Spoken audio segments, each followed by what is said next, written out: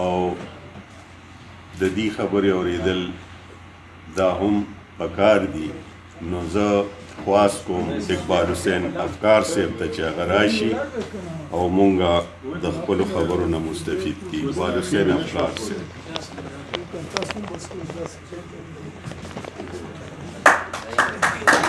مهرباني دي. اعوذ بالله من الشیطان الرجیم. بسم الله الرحمن الرحیم.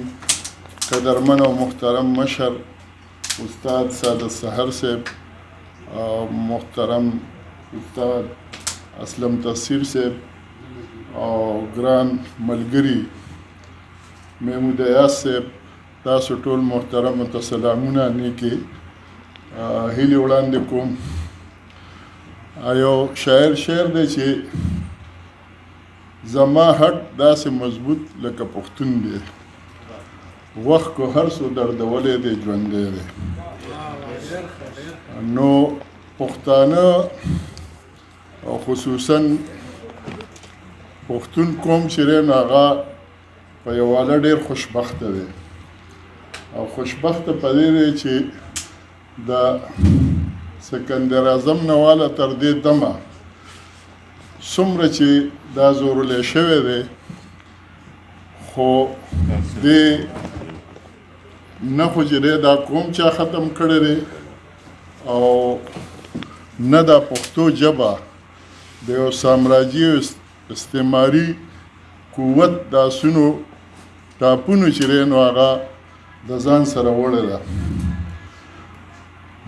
وخت په وخت په دې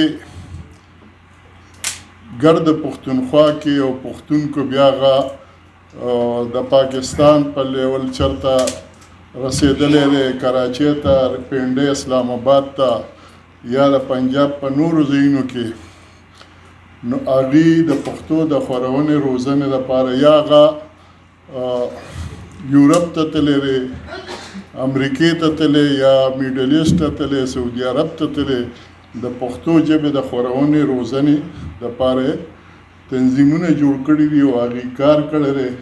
په خصوصیت سره زموږ په پښتونخوا کې نن که دلته سعادت سحر صاحب ناست دی، اسلم تصیر صاحب دی، زموږ دا نور مونږ چې یو بهتاب صاحب دی، نو دا هم د دغې تنظیمونو برکت دی. نو په هره سیمه کې د پښتنو په هره سیمه کې که هغه مردان دی، که هغه خیبر دی، که هغه ملکنډ دی، که هغه جنوبي ضلع بنو دی، کوهاټ دی، لکي مروت دی او لاچي. نو دا دې ټولو کې چې دی نو زموږ مشرانو کار کړی دی.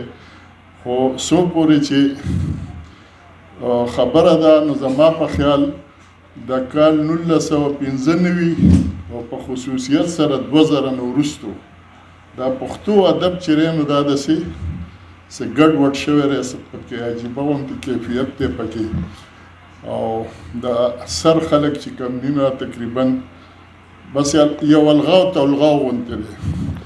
نو په دې الغاو تلغاو کې زما په ان باندې یو 2 کارونه خو شو او یو کار چې دی نو هغه جاوید احساس او د هغه ملګرو وکړو او دویم کار چې دی نو هغه ګل محمد صاحب او رشید احمد او فرید الله شاه احساس او داود جان دي د پښتو ادبي فورم په دغه کې وکړو.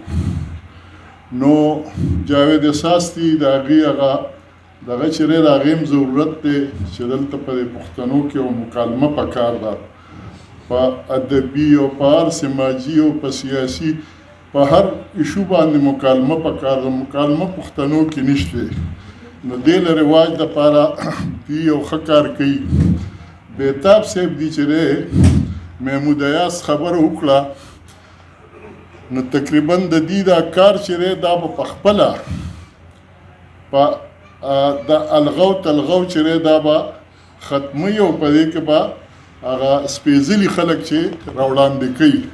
زما په خیال اوسه پورې چې دي کومو شخصیتونو سره پروګرام کړی، واډونه ورکړي او مقالې ویلي وي نو هغه شخصیتونه د دې لایقو چې هغې سره دې پروګرام وشي، په هغې د هغې په فن د هغې د شخصیت او د هغې د خدماتو دې ولس خبر کړی شي.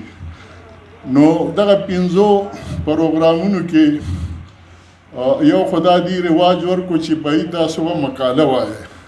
نو ایران خټک صاحب غوندې سست ادیب او دانشور هم چې دی نو هغه په اطلس ګل باندې و په 200 صفحې ولیکلې که نه دا د له ځان نه په دې ایوارډ ورکول پکار دي پوه شو.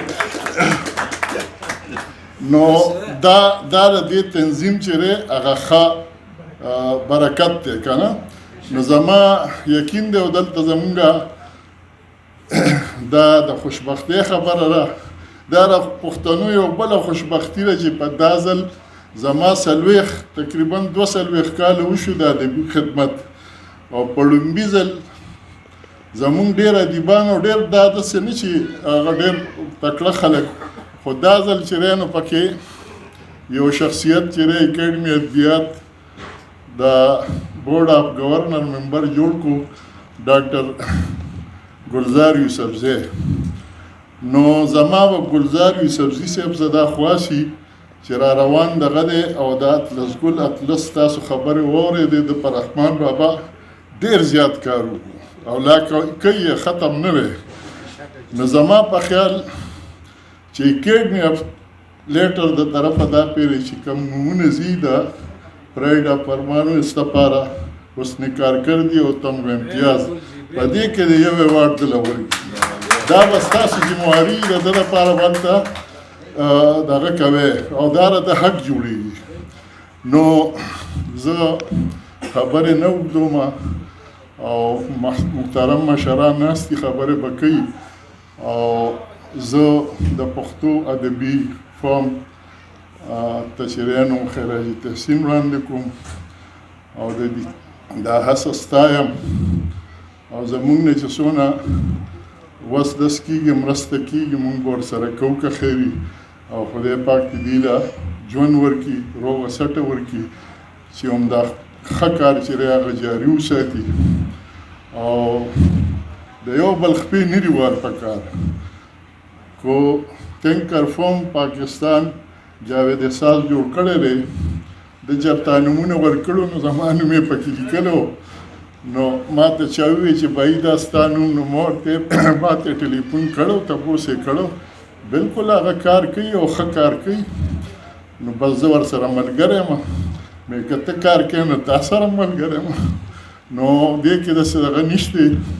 نو دا ملګرو ته چې دی خراج تحسین وړاندې کوو، او دا زمونږ ملګري چې کوم ایوارډونه واخیستل، ابراهیم رومان صاحب سکندر باندې خبر وشو، یقینا چې دا د ښه شاعر او ادیبو سره چې دی نو دا ادبي خدمتګار هم دی لکه زما، او رپورټونه لیکي زه یې ګورم فیسبوک کې، او مال هم دا راکوي. نو ډېر نر پښتون سړی دی دیشو، او زمونږ لایق صاحب د خدای پاک وبخي، نو هغه هم ډېر سپین سپېڅلی شخصیت و. نو ټولو ته مبارک، الله دې تاسو ټول ژوندي لري او د پښتو ژبې د خپرونې او روزنې لپاره د الله تعالی وس توفیق درکړي چې دغه شان دا کیفیله په مخ کې بوځي. ډېره مننه افکار صاحب پروګرام راغونډو د اختتام طرف ته ځو، او یقینا چې موږ سره دا وخت پروفیسر اسلم تاثیر صاحب چې هغه زمونږ ادبي لارښود دی، زما استاد دی، زمونږ مشر دی، زه هغه ته خواست کوم چې هغه راشي